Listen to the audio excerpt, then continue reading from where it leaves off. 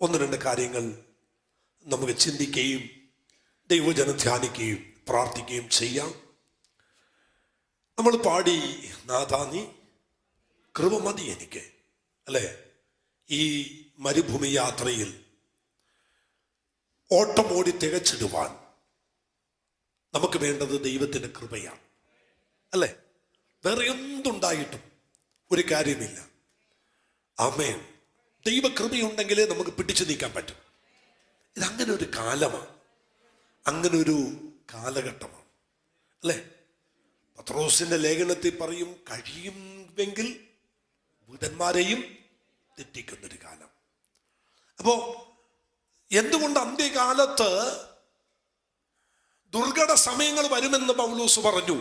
അന്ത്യകാലത്ത് എന്ത് വരും? ദുർഘട സമയങ്ങൾ വരും. ഇത് അന്ത്യകാലമാണ്. ഈ അന്ത്യകാലത്ത് ദുർഘട സമയങ്ങൾ വരും. മനുഷ്യൻ സ്വസ്നേഹികളാകും,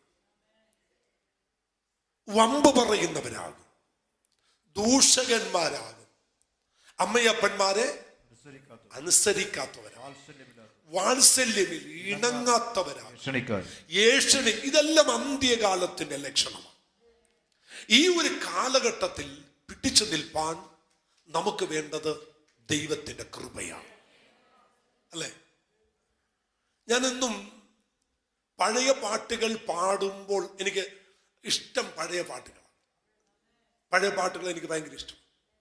പഴയ പാട്ടുകൾ പാടുമ്പോൾ എപ്പോഴും അറിയാതെയെങ്കിലും പ്രാർത്ഥന മുറിയിൽ അല്പസമയം പ്രാർത്ഥിക്കുമ്പോൾ അറിയാതെ വരുന്നൊരു പാട്ടുണ്ട്, കാണുന്നു ഞാൻ ഈ ആഹിൽ എന്നൊരു പാട്ട്, പഴയ പാട്ട്. ആ പാട്ട് പാടാനുള്ളൊരു കാര്യം, അതിനകത്തൊരു ഒന്ന് രണ്ട് വരികൾ ഭയങ്കരമാണ്, അല്ലേ? എന്നിലും ശക്തർ എന്നിലും പത്ത് വീണു തകർന്നീ പോർക്കളത്തിൽ. അറിയാമോ, അല്ലേ? എന്നിലും പത്തർ എന്നിലും ശക്തർ വീണു തകർന്നീ പോർക്കളത്തിൽ. കാണുന്നു ഞാൻ അസ്ഥി കൂടങ്ങൾ ഭീകരം വീണാത്തു. അതിന്റെ അർത്ഥം എന്താണെന്നറിയോ? കാണുന്നു ഞാൻ അസ്ഥി കൂടങ്ങൾ ഭീകരം, എന്നേക്കാൾ വീരന്മാർ പലരും വീണ അത് ഞാൻ കാണുന്നു. വീഴാതെ വണ്ണം ആനന്ദത്തോടെ മഹിമാസന്നിധിയിൽ നമ്മളെ നിർത്തുന്ന ദൈവത്തിന്റെ കരുണയ്ക്ക് നന്ദി. ദൈവമക്കളെ, നമ്മൾ ആരും ഇന്ന് രാത്രി ദൈവകൃപയിൽ നിന്നതല്ല, ദൈവം നമ്മെ നിർത്തിയതാണ്. ആമേൻ. നമ്മുടെ ബലമല്ല, നമ്മുടെ ശക്തിയല്ല, നമ്മുടെ കഴിവല്ല, നമ്മുടെ മിടുക്കല്ല, കർത്താവിന്റെ കരുണയാണ് ഇന്ന് രാത്രി നമ്മളായിരിക്കുന്നത്. അതുകൊണ്ട് വീഴുന്നു നിൽക്കുന്നു എന്ന് തോന്നുന്നവൻ എന്ത് ചെയ്യട്ടെ? വീഴാതിരിപ്പാൻ ശ്രദ്ധിച്ചു കൊള്ളട്ടെ. നമ്മുടെ ഓട്ടം ഭയത്തോടെ നമുക്ക് ഓടാം, നമ്മുടെ കാഴ്ചപ്പാടുകൾ ഭയത്തോടെ വെക്കാം.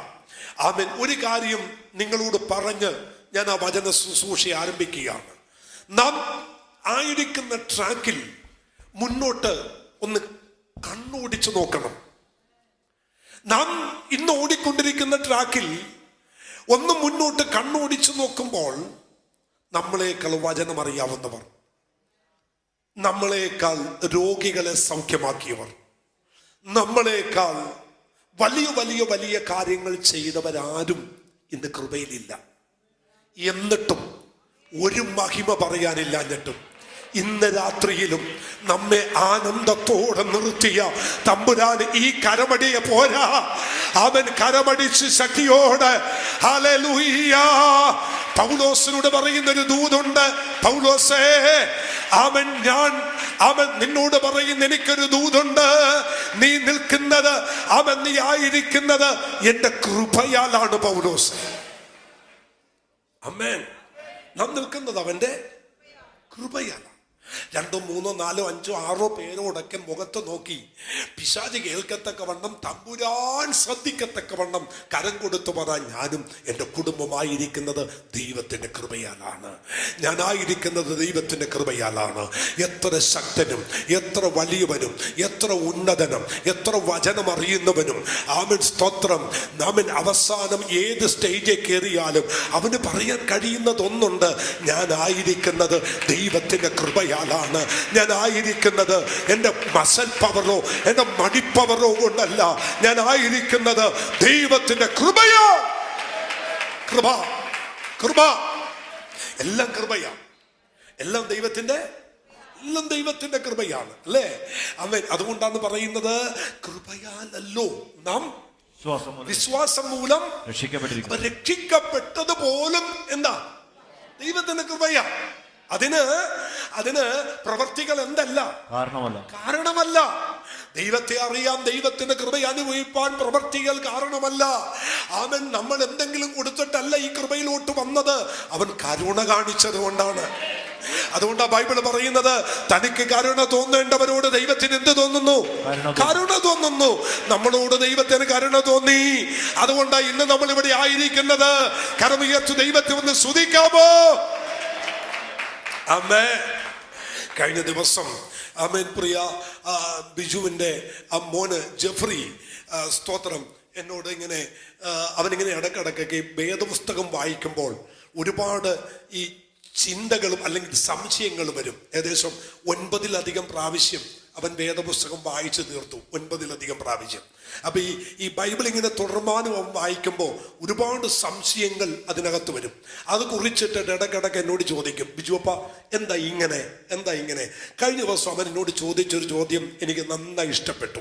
ആ ചോദ്യം ഇതായിരുന്നു, ബിജുപ്പ, നാം രക്ഷിക്കപ്പെടുന്നതിന് മുൻപ്, നാം ജനിക്കുന്നതിന് മുൻപ് നാം രക്ഷിക്കപ്പെടുമെന്ന് തമ്പുരാൻ കണ്ടിരുന്നു? നാം ജനിക്കുന്നതിന് മുമ്പേ നാം ഈ രക്ഷ അനുഭവിക്കുമെന്ന് തമ്പുരാൻ കണ്ടിരുന്നോ? ഞാൻ നിശ്ചയമായിട്ടും കണ്ടിരുന്നു. അപ്പോൾ അവന്റെ അടുത്ത ചോദ്യം, ബാക്കിയുള്ളവരാരും ജനിച്ചപ്പോൾ അവർ കൃപയിൽ വരുമെന്ന് ദൈവം കണ്ടില്ലേ? അല്ലെങ്കിൽ അവരെ ആർക്കും ദൈവത്തിന് വേണ്ടേ? നമ്മളെ മാത്രമാണോ ദൈവം സെലക്ട് ചെയ്തേ? അവരും ജനിച്ചത് സ്വാഭാവികമായിട്ടല്ലേ? ജനിക്കുന്നവരെല്ലാം പാപികളായിട്ടാണ്, പാപത്തിലാ ജനിക്കുന്നതെങ്കിലും കുഞ്ഞുങ്ങൾ മരിച്ച സ്വർഗത്ത് പോവത്തില്ലേ? അപ്പൊ ആ കുഞ്ഞുങ്ങൾ ജനിക്കുമ്പോൾ അവർ മരിച്ച സ്വർഗത്ത് പോകാമെങ്കിൽ ആ കുഞ്ഞുങ്ങൾ ജനിക്കുമ്പോൾ അവരെയും ദൈവം നമ്മെപ്പോലെ സെലക്ട് ചെയ്തിട്ടില്ലേ? തെരഞ്ഞെടുത്തിട്ടില്ലേ? എന്താണ് മറുപടി? ആ കൊച്ചു ചിന്തയിൽ ആ ബൈബിള് വായിച്ചപ്പോൾ ആ ഒരു ചെറിയ ചിന്ത അവന്റെ ഹൃദയത്തിൽ വന്നത് ഏകദേശം 1.5 മണിക്കൂർ അവൻ ഒരു ബൈബിൾ സ്റ്റഡി പോലെ പല കാര്യങ്ങൾ അവനോട് പറഞ്ഞുകൊണ്ടിരുന്ന് അവസാനം ഫോൺ കട്ട് ചെയ്യാൻ നേരത്ത് അവൻ പറഞ്ഞൊരു വാക്ക് എന്നെ ഏറെ സന്തോഷിപ്പിച്ചു. അപ്പോൾ നമ്മൾ ശ്രേഷ്ഠരല്ലേ? നമ്മൾ ആരാ? ശ്രേഷ്ഠരല്ലേ? 1 കോടി ജനങ്ങൾ ജനിക്കുന്നതിന് നടുവിൽ നിന്നും വേർതിരിച്ച് ഈ കൃപയ്ക്ക് കാരണഭൂതമാക്കിയ നമ്മൾ എത്രയോ വലിയവരാ ദൈവമക്കളെ. അതിന്റെ മഹത്വം നിങ്ങൾക്ക് മനസ്സിലാകുന്നെങ്കിൽ നിങ്ങളുടെ ആരാധന ചെറുതാകത്തില്ല. ഹല്ലേലൂയ! എന്റെ തെരഞ്ഞെടുപ്പും എന്റെ വിളിയും എത്രമാത്രം ശ്രേഷ്ഠമാണ് എന്ന് നിങ്ങൾ തിരിച്ചറിഞ്ഞാൽ ഈ ഹല്ലേലൂയക്കകത്ത് ഒരു ജീവൻ ഉണ്ടാകും, ഒരു കൈയടിക്കകത്തും ഒരു ജീവൻ വ്യാപരിക്കും.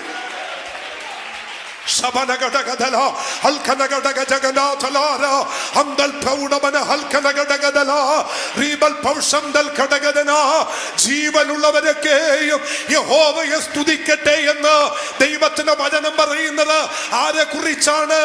നമ്മെ കുറിച്ചാണ്. വീണ്ടും ജനിച്ച വീണ്ടെടുക്കപ്പെട്ട ദൈവമക്കളുടെ അകത്താണ് ജീവൻ വ്യാപരിക്കുന്നത്.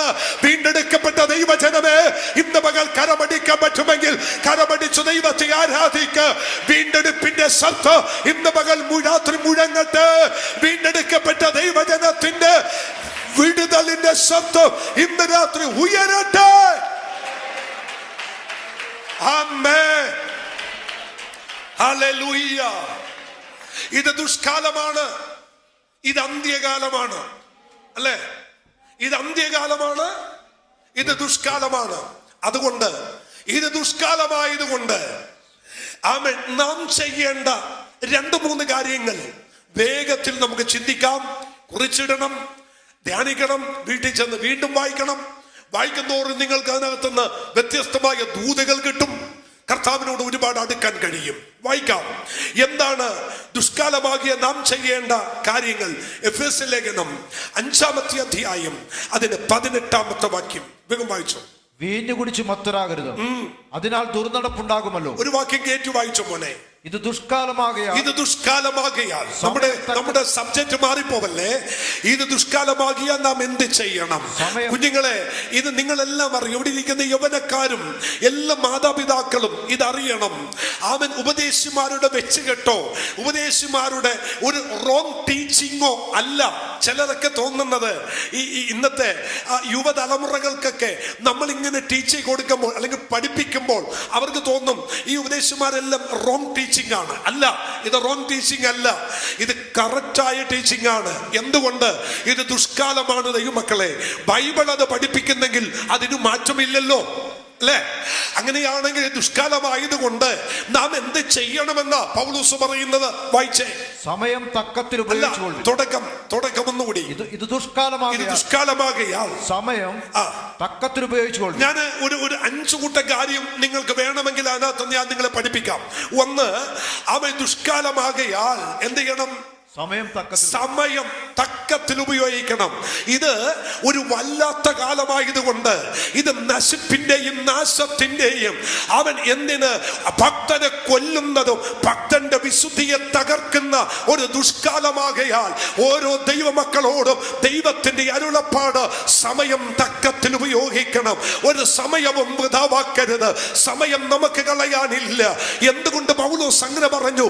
സമയം തക്കത്തിൽ ഉപയോഗിച്ചു കൊള്ളുവിൻ എന്ന് വെച്ചാൽ നിങ്ങൾ വിചാരിക്കുന്നത് പോലെ കർത്താവ് ചിലർ നിനക്കുന്നത് പോലെ കർത്താവ് വരാൻ താമസിക്കുന്നു എന്ന് നിങ്ങൾ വിചാരിക്കരുത്. ചിലരുടെ പേര് കൂടി ജീവന്റെ പുസ്തകത്തിൽ എഴുതപ്പെടേണ്ടതിന് തമ്പുരാൻ അല്പമെന്ന് വൈകുന്നേ ഉള്ളൂ. പക്ഷേ നിനക്കത്ത നാഴികയിൽ മനുഷ്യപുത്രൻ വരുമെന്ന് ദൈവത്തിന്റെ അരുളപ്പാട് പറയുന്നത് കൊണ്ട് എന്നെ കേൾക്കുന്ന ദൈവമക്കളെ, ഇനി നിങ്ങൾക്ക് കളിച്ചും ചിരിച്ചും അവൻ നടക്കാൻ സമയമില്ല. സമയം തക്കത്തിൽ ഉപയോഗിക്കുന്ന ദൈവഭക്തന്മാരെ കുറിച്ച് ഞാൻ എൻ്റെ ദൈവത്തിന് നന്ദി പറയുന്നു. ഞാൻ വളരെ ഗൗരവത്തോട് പറയുന്നു, ഇനി നിങ്ങൾക്ക് സമയം കളയാനില്ല ദൈവമക്കളെ. അവൻ എന്ന് വെച്ചാൽ ഒരു 3-4 വർഷങ്ങൾ മുമ്പായിരുന്നെങ്കിൽ നിങ്ങൾക്ക് സീരിയലൊക്കെ കണ്ടിരിക്കാം, അല്ലേ? ഒരു 10 വർഷം മുമ്പായിരുന്നെങ്കിൽ നിങ്ങൾക്ക് സീരിയലോ സിനിമയോ അവൻ ഇല്ലാത്ത എന്തെങ്കിലുമൊക്കെ പറഞ്ഞിരിക്കാൻ സമയമുണ്ടായിരുന്നു, ഒരു 10 വർഷം മുമ്പാണെങ്കിൽ. പക്ഷെ ഞാൻ വളരെ ഗൗരവത്തോടെ പറയുന്നു, അവൻ ഇപ്പോൾ കണ്ടുകൊണ്ടിരിക്കുന്ന കാലഗതിയെ അനുസരിച്ച് ഞാൻ നിങ്ങളോട് പറയുന്നു, ഒരു 10 വർഷം മുമ്പായിരുന്നെങ്കിൽ നിങ്ങൾ അങ്ങനെ ചെയ്താൽ കുഴപ്പമില്ല, മടങ്ങുക എന്ന് വേണേ പറയാം. പക്ഷെ ഇനി നമ്മുടെ മുമ്പിൽ സമയം ഉണ്ടെന്ന് എനിക്ക് തോന്നുന്നില്ല. ഇനി നമ്മുടെ മുമ്പിൽ എന്തില്ല? സമയമുണ്ടെന്ന് തോന്നുന്നില്ല. വീട്ടിൽ കഞ്ഞി കുടിച്ചുകൊണ്ട് ഇന്നലെ ഇരിക്കുന്ന സമയത്ത് അവൻ വാർത്ത വെച്ചപ്പോൾ ഞാൻ അറിയാതെ സിന്തമ്മയോട് പറഞ്ഞു, അവൻ 3-ാം ലോക മഹായുദ്ധത്തിലേക്ക് ഒരു മണമടിക്കുന്നുണ്ട്, ഒരു സ്മെല്ലടിക്കുന്നുണ്ട്. 3-ാം ലോക മഹായുദ്ധത്തിന്റെ അവൻ ഒരു ചെറിയ സ്മെല്ല് അവിടെ എവിടെയൊക്കെ അടിക്കുന്നുണ്ട്. എന്നാൽ ഒരു കാര്യം കുറിച്ചു വെച്ചോ, അടുത്തൊരു യുദ്ധം ഉണ്ടാകുന്നതിന് മുൻപ് തിരുസഭ ഇവിടെ എടുക്കപ്പെട്ടിരിക്കും. അങ്ങനെയാണെങ്കിൽ ഞാൻ കണക്ക് കൂട്ടി തമ്പുരാൻ വാതിക്കലെത്തി. ഇനി കളിക്കാൻ സമയമില്ല, സമയം കളയാനില്ലെന്ന് അതും ഇതും പറയാൻ നമുക്ക് സമയമില്ല. കർത്താവിന്റെ വരവിനെ കുറിച്ച് തമ്പുരാൻ ഇങ്ങനെ പറഞ്ഞ്, അവൻ നോഹയുടെ കാലം പോലെ അല്ലേ ഒരു കാലം വരും, അന്ന് അവൻ കല്യാണത്തിന് കൊടുക്കുകയോ കല്യാണം കഴിക്കുകയോ ബിസിനസ് ചെയ്യുകയും ചെയ്ത ഒരു നിങ്ങൾ ഓർക്കണം. ആ കാലഘട്ടമാണ് ഈ കാലഘട്ടം. അതുകൊണ്ട് ദൈവസഭയെ നോക്കി ഞാനൊരു പ്രവചന ദൂത് പറയാ, അവൻ വാതിക്കലെത്തിയിട്ടുണ്ട്, അവന്റെ ശബ്ദം കേൾക്കുന്നുണ്ട്. സമയം കളയല്ലേ, സമയം കളയല്ലേ, സമയം കളയാനില്ല. ആരാധിക്കേണ്ടവർ തല ഉയർത്തി ദൈവത്തെ അവൻ ആരാധിച്ച് ഹല്ലേലൂയ.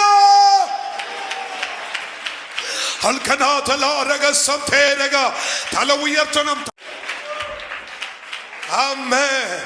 എന്നോട് പരിശുദ്ധാത്മാവ് ഇന്ന് രാത്രി ഈ ശുശ്രൂഷയുടെ നടുവിൽ പെട്ടെന്ന് ഒരു ദൂതങ്ങ് മാറി. എന്നിട്ട് എന്നോട് കർത്താവ് പറയുന്നു, അബ്രഹാമേ നീ തല ഉയർത്തി നോക്ക്, നീ തല ഉയർത്തി നോക്ക്. തെക്കോട്ടും വടക്കോട്ടും പടിഞ്ഞോട്ടും കിഴക്കോട്ടും നീ തല ഉയർത്ത്, നീ തല ഉയർത്ത്. ലോത്ത് പോയ വഴി പോട്ടെ, ലോത്ത് സോദം തേടിപ്പോയി. ലോത്ത് യോർദാന്റെ നദിക്കരയിലുള്ള അവൻ സാധനങ്ങളും സമ്മാനങ്ങളും നന്മയും കിട്ടുന്ന യോർദാന്റെ നദിക്കരയിലെ സോദം തേടിപ്പോയി. വിളി കേട്ട് അബ്രഹാമേ നീ പോകാതെ കൂടാരവാദിക്കൽ നിൽക്കുന്നെങ്കിൽ എന്റെ അരുളപ്പാട് നീ കേക്ക്. നീ തല പൊക്കി നോക്ക്, ഒരു നന്മതി കാണാൻ പോകുക. നീ തല ഉയർത്തി നോക്ക്, നീ തല ഉയർത്തി നോക്ക്. പോകുന്നവൻ പോട്ടെ, നിൽക്കാത്തവൻ പോട്ടെ. ലോത്തിന്റെ പാട് തിരക്കി പോട്ടെ.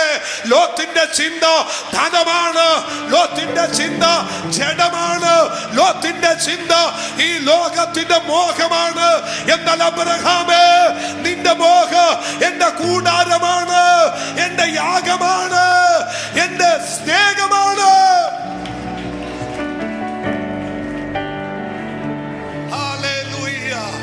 ഞാനൊരു കാര്യം നിങ്ങളോട് പറയുന്നു, വളരെ ശക്തമായി പ്രവചിച്ചുകൊണ്ട് ഞാൻ പറയുന്നു, കൂട്ടത്തിൽ ഇറങ്ങി, കൂടെ ഇറങ്ങി, എന്തിനു വേണ്ടി? കാണിപ്പാൻ ഇരിക്കുന്ന ദേശത്തേക്ക് യാത്രയാകാൻ കൂടെ ഇറങ്ങി.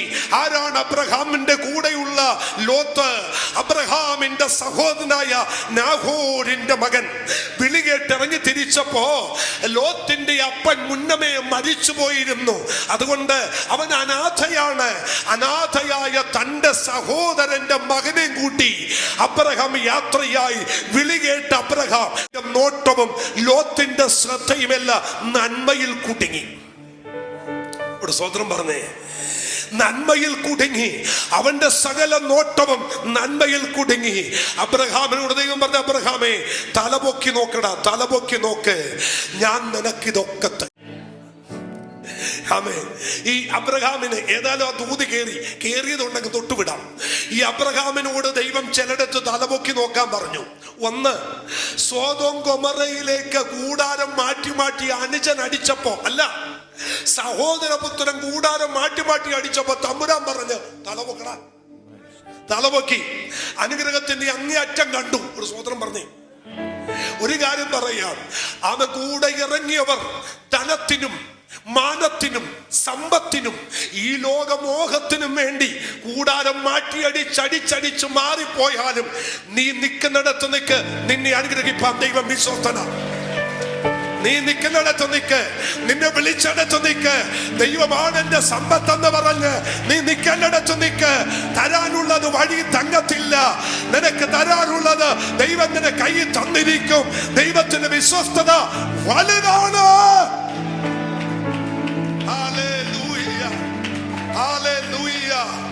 ദൈവമക്കളെ, അനാവശ്യമായ ബന്ധപ്പാടൊന്നും വേണ്ട. അനാവശ്യമായി ചിലത് വെട്ടിപ്പിടിക്കാനും കെട്ടിപ്പിടിക്കാനും ഒപ്പിച്ചെടുക്കാനുമുള്ള നമ്മുടെ ഈ ബന്ധപ്പാടുണ്ടല്ലോ, ഇതൊന്നും വേണ്ടെന്നേ. വിളിച്ചവൻ തരാൻ യോഗ്യനാ. എന്തിനാ? ഇപ്പോഴത്തെ ഏറ്റവും വലിയ സങ്കടം എന്താണെന്നറിയാമോ? അവൻ ആരെയെങ്കിലും പിടിച്ച് താഴെയിട്ട്, മുമ്പിൽ നിൽക്കുന്നവനെ കാലെ പിടിച്ചു വലിച്ച് താഴെയിട്ട് എന്തെങ്കിലും ഒന്ന് ആകാൻ, എവിടെയെങ്കിലും ഒന്ന് കേറാൻ, ഏതെങ്കിലും ഒരു സ്ഥാനത്തുനിന്ന് പിടിച്ചു പറ്റാൻ എന്തെല്ലാം കളിയാ ഇപ്പൊ മനുഷ്യൻ കളിച്ചുകൊണ്ടിരിക്കുന്നേ. പക്ഷെ എനിക്കൊരു കാര്യം അറിയാം, ഞാൻ ആരുടെ കസേര പിടിക്കാൻ ഇന്ന് വരെ പോയിട്ടില്ല. ആരെയും വലിച്ച് താഴെയിട്ട് അവിടെ കേറേണ്ട ഗതികേട് എനിക്ക് ഉണ്ടായിട്ടില്ല. എനിക്കൊരു ഉറപ്പുണ്ട്, എന്നെ വിളിച്ചപ്പോ തരാമെന്ന് പറഞ്ഞാ വിളിച്ചേ. ഒരു സ്വതന്ത്രം പറ, തരാമെന്ന് പറഞ്ഞാ വിളിച്ചത്, കൂലി പറഞ്ഞാ വിളിച്ചത്, പറഞ്ഞൊത്താ വിളിച്ചത്. പറഞ്ഞു വിളിച്ചവൻ തരേണ്ടത് തരാൻ എന്റെ ദൈവം വിശ്വസ്തനാണ്. ഹല്ലേലൂയ. ഞാന് ഒത്തിരി സന്തോഷിക്കുന്ന കൂട്ടത്തിൽ ഒരു കാര്യം കൂടി പറഞ്ഞിട്ട് ആ ഭാഗം ഞാൻ വിടാം കേട്ടോ.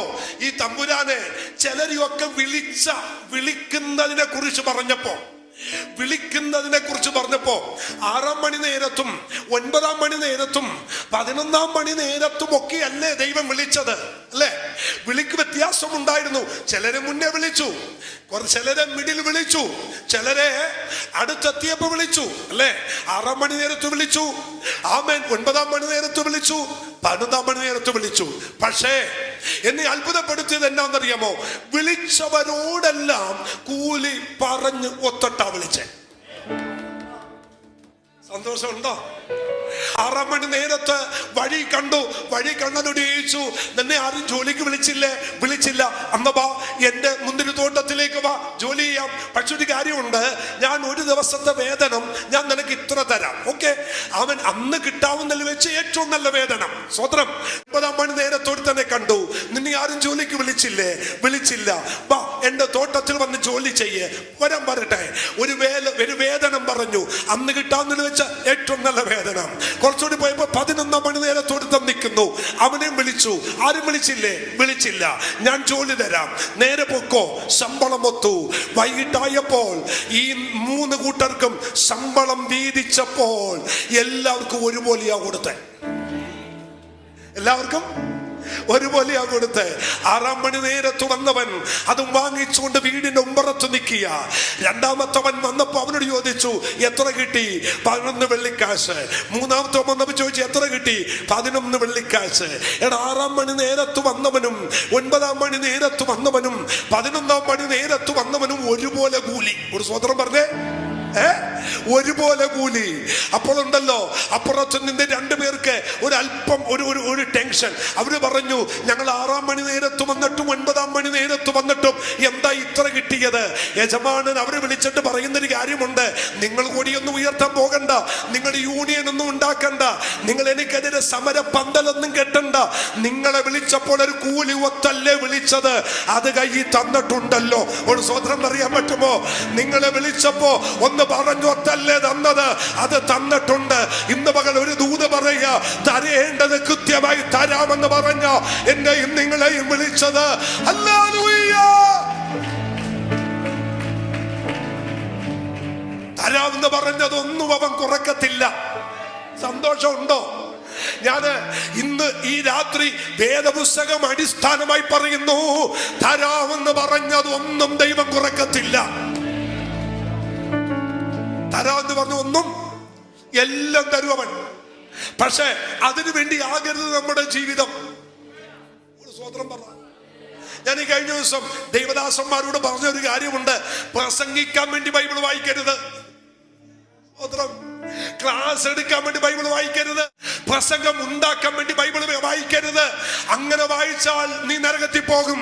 നീ ബൈബിൾ വായിക്കേണ്ടത് പ്രസംഗം ഉണ്ടാക്കാനല്ല, ജീവിച്ച് നിത്യത പോകാനാ. അല്ലേ? മനസ്സിലായില്ലല്ലേ? 10ാം ക്ലാസ് പഠിക്കുന്ന കൊച്ച് ഫിസിക്സ് പഠിക്കുന്നു, മാത്സ് പഠിക്കുന്നു, അവൻ ബയോളജി പഠിക്കുന്നു. അവൻ പഠിക്കുന്നത് നിത്യത പോകാനല്ല, നല്ല മാർക്ക് കിട്ടാനാണ്. ഒരു പ്രസംഗകൻ ബൈബിൾ വായിക്കുന്നത് നല്ല പ്രസംഗം കാച്ചാൻ വേണ്ടിയാ. അവൻ നിത്യത പോകത്തില്ല. നമ്മൾ ബൈബിൾ വായിക്കുന്നത് പ്രസംഗം കാച്ചാനല്ല, പകരം നിത്യത ചെല്ലാനാണ്. ഒരു ഹല്ലേലൂയ ഉറക്കെ പറ ദൈവമക്കളെ. അതുകൊണ്ട് ഇന്ന് പകൽ രാപ്പകൽ ധ്യാനിക്കുന്ന മനുഷ്യൻ ഭാഗ്യവാനെന്ന് എഴുതിയിരിക്കുന്നു. ബലം നിന്നിലുള്ള മനുഷ്യൻ ഭാഗ്യവാൻ, അവന്റെ ഉള്ളിൽ സിയോനിലേക്കുള്ള പെരുവഴികളുണ്ട്.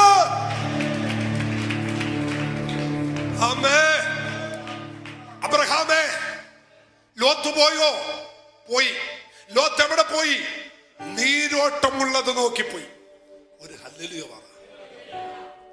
ഞാന് നിങ്ങളോട് ഒരു കാര്യമൊന്ന് ചോദിച്ചോട്ടെ. അബ്രഹാമിനോട് ദൈവം സംസാരിക്കുന്നതും അബ്രഹാമിന് ദൈവം ഇത്രയും മാത്രം അനുഗ്രഹിച്ചതും കൂടെ നിന്ന് കണ്ടവനാ ആര്? ലോത്ത്. 12ാം അധ്യായത്തിൽ ഇറങ്ങുമ്പോ കുറച്ച് വിഗ്രഹങ്ങളെ വിട്ടുകിട്ടിയ കാശും കൊണ്ട് അപ്പനും കൊണ്ട് ഇറങ്ങി. അപ്പം വഴി തട്ടിപ്പോയി. അതുണ്ടായതൊക്കെ വഴി ഇറമ്പി കളഞ്ഞിട്ട് തമ്പുരാനെ സേവിക്കാൻ ഇറങ്ങി. പക്ഷെ 13ാം അധ്യായത്തിൽ വന്നപ്പോൾ എല്ലാറ്റിലും സമ്പന്നനായി. അപ്പൊ അബ്രഹാമിന്റെ ദൈവം അനുഗ്രഹിക്കുന്ന ദൈവമാണെന്ന് കൂടെ നടന്ന് മനസ്സിലാക്കി അറിഞ്ഞിട്ടും അവൻ തെരഞ്ഞെടുത്തത് ഭൗതിക നന്മയാണ്. സ്വത്രം. സന്തോഷമുണ്ടോ? ഞാനൊരു കാര്യം ഒന്ന് പറഞ്ഞോട്ടെ. സന്തോഷാണ്. വേദപുസ്തകത്തിൽ ഈ ഭൗതിക നന്മക്കകത്ത് വീണു പോയവരാരും തിരിച്ചു വന്നിട്ടില്ല. ഭൗതിക നന്മയും കൊണ്ട് മാത്രം ജീവിച്ചത് ഒരെണ്ണം എവിടെ ദൈവസേനയിൽ വന്നിട്ടില്ല. മകളെ, ദാവീദ് തെറ്റ് ചെയ്തു. നിസ്സാരമായ തെറ്റല്ല ചെയ്തത്, വലിയ തെറ്റാ ചെയ്തേ. പക്ഷെ മടങ്ങി വന്നു, ദൈവം സ്വീകരിച്ചു. വേദപുസ്തകത്തിൽ ഒരു ആഗാനുണ്ട്. ആഗാൻ കല്ലെറിഞ്ഞു വന്നു കളഞ്ഞു, അല്ലേ? പുതിയ നിയമത്തിൽ ഒരു അനന്യാസും സഫീരയുണ്ട്, ഒരു യൂദായുണ്ട്. ഇവരൊക്കെ പട്ടുപോയത് വ്യഭിചാരം ചെയ്തിട്ടല്ല. ഇവരെല്ലാം പട്ടുപോകാൻ കാര്യം ഈ ദ്രവ്യാഗ്രഹമാണ്. ജീവിക്കാൻ പണം ആവശ്യമാ, അത് തരും. സമയമാകുമ്പോ ദൈവം തരും. ജീവനും ഭക്തിക്കും ആവശ്യമായത് നിന്നെ മടിശീലയെ ദൈവം തരും. ഹല്ലേലൂയ. അതിനുവേണ്ടി ബന്ധപ്പെടരുത്, അതിനുവേണ്ടി ബന്ധപ്പെടരുത്. ഞാനൊരു കാര്യം ചോദിച്ചാൽ ദൈവമക്കൾ ആമേൻ പറയണം കേട്ടോ. കർത്താവ് എങ്ങനെ തരുമെന്നാ പറഞ്ഞേ? കർത്താവ് തരുന്നത് ആമൻ ഇങ്ങനെ എടുത്തിട്ട് ഇങ്ങനെ തെറ്റിച്ച് തെറ്റിച്ച് തെറ്റിച്ച് തെറ്റിച്ച് ആമൻ 10 പ്രാവശ്യം തുപ്പല് തോണ്ടി പിന്നെയും തെറ്റിച്ച് പിന്നെയും തെറ്റിച്ചല്ല എന്റെ അപ്പം തരുന്നത്. അപ്പം തരുന്നത് അമർത്തി അമർത്തി, എന്നിട്ട് അമർത്തി കുലുക്കി കവിയുന്ന നല്ലൊരളവ്. അതുകൊണ്ട് തമ്പുരാൻ പറഞ്ഞത്, ചോദിക്കുന്നതിലും നിനക്കുന്നതിലും അത്യന്തം പരമായി അവൻ നിനക്ക് നൽകി തരും. നിനക്ക് എന്താ ആവശ്യമെന്ന് സ്വർഗീയ പിതാവ് നീ യാചിക്കുന്നതിന് മുൻപ് അവൻ അറിയുന്നു. നീ ചോദിക്കുന്നതിന് മുൻപ് നിന്റെ ആവശ്യം അറിയുന്ന ഒരു സ്വർഗീയ പിതാവ് ഇന്ന് രാത്രി ഇതിന്റെ നടുവിലുണ്ട്. ഒരു വാക്യമുണ്ട് ബൈബിളില്, സ്തോത്രം, ആ വചനം എന്റെ ഉള്ളിലുണ്ട്. സ്തോത്രം. ഈ ചിലര്